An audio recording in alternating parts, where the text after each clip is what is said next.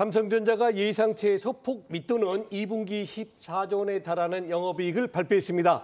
오히려 그러나 주가는 상승세를 보이는 그런 묘한 현상이 나타나고 있습니다. 오늘은 2분기 주요 기업들의 실적에 대해서 집중 분석해 보겠습니다. 오늘도 최수창 파트너 이담교 캐스터와 함께합니다. 두 분 안녕하십니까? 안녕하세요. 네, 안녕하세요. 먼저 이담교 캐스터가 증권사에서 정리한 2분기 기업 실적을 정리했습니다. 2분기 실적 발표 시즌이 다가오면서 호실적이 예상되는 종목에 관심이 쏠리고 있습니다. 인플레와 경기 침체 우려 안에서도 어떤 종목이 견조한 실적을 기록할지 궁금하실 텐데요. 증권사가 꼽은 2분기 실적 유망주를 알아봤습니다. 첫 번째 종목은 LG이노텍입니다. 중장기적으로 호실적이 전망되는 종목이죠. 하나증권은 LG이노텍의 2분기 영업이익이 전년 대비 87% 증가할 것이라고 전망했습니다. 광학솔루션 부문이 강한 흐름을 보였다고 설명했는데요. IT 제품의 수요 약세 안에서도 아이폰 13 시리즈 판매량이 견조했다고 밝혔습니다. 또한 2분기 이후에도 동사가 카메라 모듈 가격 상승의 수혜를 입을 것이라고 예상했습니다. 기존보다 화소수가 상향되며 가격이 오를 것이라고 밝혔는데요. 이로 인해 중장기적인 실적 가시성이 높아졌다고 설명했습니다. KB증권도 LG이노텍을 실적 유망주로 꼽았습니다. 2분기뿐 아니라 하반기에도 호실적을 기록할 것이라고 밝혔는데요. 특히 아이폰 판매량 증가에 수혜를 입을 것이라고 전망했습니다. 기존 시리즈 프로 모델의 호조가 동사의 매출에 긍정적으로 작용했다고 설명했는데요. 아이폰 14가 하반기에 출시될 예정이며 13 시리즈 대비 출하량이 10% 이상 증가할 것이라고 전망했습니다. 다음은 증권사가 꼽은 두 번째 실적 유망주도 보시죠. 한국투자증권과 NH투자증권은 신세계의 호실적을 전망했습니다.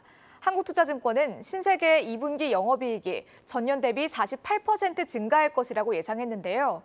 특히 고마진 의류를 중심으로 백화점 매출이 증가했다고 밝혔습니다. NH투자증권은 신세계가 백화점 부문에서 경쟁사 대비 압도적인 우위를 점하고 있다고 설명했는데요. 2분기 백화점의 성장률이 19% 수준이라고 밝혔습니다. 거리두기가 완화된 4월 이후 의류 매증이 급증했다고 설명했는데요. 그러면서 의류 부문을 중심으로 수익성 개선이 기대된다고 설명했습니다. 네, 마지막 세 번째 유망주도 보겠습니다. 세 번째는 한국콜마입니다. 네, 여러 증권사가 주목했는데요. 하나증권은 한국콜마의 2분기 영업이익이 전년 대비 38% 성장할 것이라고 전망했습니다. 애터미와 동국제약 등 국내 주요 고객사에 대한 납품이 증가하고 있다고 밝혔는데요. 또한 자회사인 HK 이노엔도 1분기 대비해서 2분기 실적이 성장했다고 설명했습니다. 5월에 K캡 신제품 판매가 본격화되었고 수액제 공장은 6월에 가동이 들어갔다고 밝혔는데요. 또한 거리두기 완화로 인해서 컨디션 음료의 매출 또한 증가했다고 설명했습니다. 지금까지 증권사가 꼽은 2분기 실적 유망주 알아봤습니다. 네, 곡물 가격이 하락하고 경기 방어주 면모가 부각되면서 음식료주, 이 코스피 하락장에서도 나름 선방한 모습입니다. 최창 파트너님, 네. 이 음식료주 좀 실적은 어떻게 보시고 투자 전략 어떻게 가져가면 좋을까요? 음식료 업종들은 전반적으로 원자재 가격 원가 부담에 있어서 타격을 좀 불가피하게 받을 수밖에 없었던 국면이었고요. 또 하나는 환율 상승에 있어서 원자재 수입에 있어서 부담이 있다는 점이죠.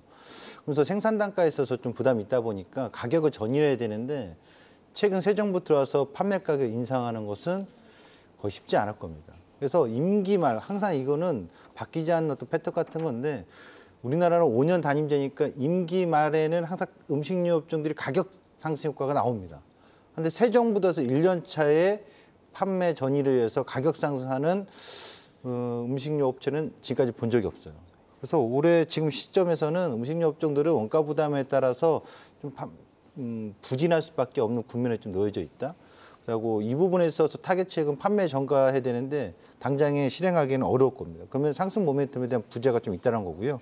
실적으로 실적 전망치들을 보면 기업별로 좀 다르긴 합니다. 뭐 삼양식품 같은 경우는 좀 실적 긍정적으로 좀 전망이 되기도 하고 또 CJ 프레시도 조금 실적이 긍정적으로 단체 급식에 있어서 근데 대부분 뭐 제과업체라든가 소맥을 주로 하는 업체들은 실적이 그렇게 긍정적으로 전망이 나오고 있지 않다는 점에서 현재 음식료 업종에 대한 어떤 기대 모멘텀은 그렇게 높지 않다 이렇게 보시면 될 것 같습니다.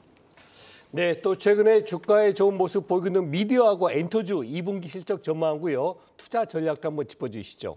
그러니까 엔터주들은 이렇게 좀 보셨으면 좋겠어요. 그러니까 코로나의 이제 해방, 코로나 이제 완화가 되면서 공연 관련된 어떤 이슈 모멘트 기대감이 있었잖아요. 동시에 또 SM에서는 지분 매각 소식이 있으면서 그런 모멘텀으로는 올라왔는데 실제로 막상 지금 공연을 뭐 하고 안 하고 과정 속에서 특별하게 실적에 대한 모멘텀이 강화되고 있지는 않거든요. 대표적으로 BTS의 활동이 잠정 중단, 개별 활동으로 이렇게 나오면서 엔터주들에 대한 어떤 투심은 많이 악화된 상황이다. 실적에 대한 기대치 자체는 오히려 좀 연말로 가야지 되지 않을까. 지금 시점보다는 3분기 지난 시점에서의 어떤 가능성을 좀 주목해야 될 것 같고요. 미디어 관련돼서는 넷플릭스의 급락에 따라서 뭐 대부분 업종들이 종목군들이 어떤 투심이 같이 악화되는데 최근에 조금 살아나나 하는 가능성을 좀 보신 분들이 있을 텐데 그럼 결국에 개별 흥행이에요. 네. 그러니까 A스토리 같은 경우는 좀 단기 급등이 낙폭과돼서 올라오는데 다른 종목도 낙폭과돼 기술적인 반등으로 제 눈에 보입니다. 네. A스토리 같이 강하게 올라가는 거는 공교롭게도 최근에 그 신작 드라마 이상한 우상우 변호사인가요? 예, 변호사 드라마 이야기가 있는데 이것이 워낙 핫하게 지금 인기 순위에 올라오면서 과거 오징어 게임처럼 특정한 어떤 개별 흥행에 힘입어서 올라오는 특정 종목군이 있겠습니다만 네. 전체적으로 다시 확산되거나 실적이 강하게 반영되는 상황은 아니다. 차별화된 흥행에 따라서 대응 전략이 네. 필요할 것 같습니다. 1분기 예상보다 선방한 실적을 발표한 이 자동차주에 대해서도 관심이 높습니다. 이 하반기 반도체 공급난도 좀 다소 완화될 것이라는 기대감도 있고요. 좀 자동차주 어떤 투자 포인트 가져가면 좋을까요? 자동차는 저는 이걸 먼저 상징적으로 말씀드리고 싶어요. 스티븐 잡스의 아이폰처럼. 그러니까 투지폰에서 스마트폰으로 변화되는 것처럼 자동차 업체들의 지금 뭐 실적이 좋아요, 안 좋아요, 판매가 부진됐어요, 내수 소비가 안 좋을 것 같아요, 지갑이 얇아졌어요. 하여튼 여러 가지 노이즈가 걸린 이슈들은 많죠. 파업도 있고요. 독일에서 뭐 검찰 소식 있다고 하는데요. 이런 부정적이거나 안 좋은 노이즈들을 다 내버려 두고 또는 실적에 대한 긍정적인 것도 내버려 두고 한 가지 포인트. 네, 방금 들어온 한국경제TV 단독 속보 전해드립니다. 국내 최외 진단 기업 이 SD바이오센서가 국내 사모펀드 운용사인 SJL 파트너스와 손잡고 미국의 진단기기 업체를 약 2조 원에 인수합니다. 이 7일 투자은행업계에 따르면 SD바이오센스는 SJL 파트너스와 컨소시엄을 꾸려 미국의 진단기기 기업을 인수하기로 합의하고 막바지 협상을 진행 중입니다. 이번 인수는 SD바이오센스가 단행하는 역대 최대 규모 M&A로 알려졌습니다. 이 기업은 미국 증시에 상장돼 있는 중견 기업인 것으로 알려졌습니다. 거래 후 SJL 파트너스가 50% 플러스 한 주, SD바이오센스가 50% 마이너스 한 주를 갖는 구조인 것으로 전해졌습니다. 네, 이어서 좀 네. 말씀 좀 해주십시오. 네, 자동차 업체들의 포인트는 새로운 전환입니다. 그러니까 하드웨어 전환이니까 내연기관에서 친환경차에 대한 전환이기 때문에 그리고 과거에는 고급 세단의 이미지에서 중형차 판매가 증가했다면 이제는 SUV 차량에 대한 선호도가 높아지고 소비자의 욕구가 높아지고 있다는 거죠.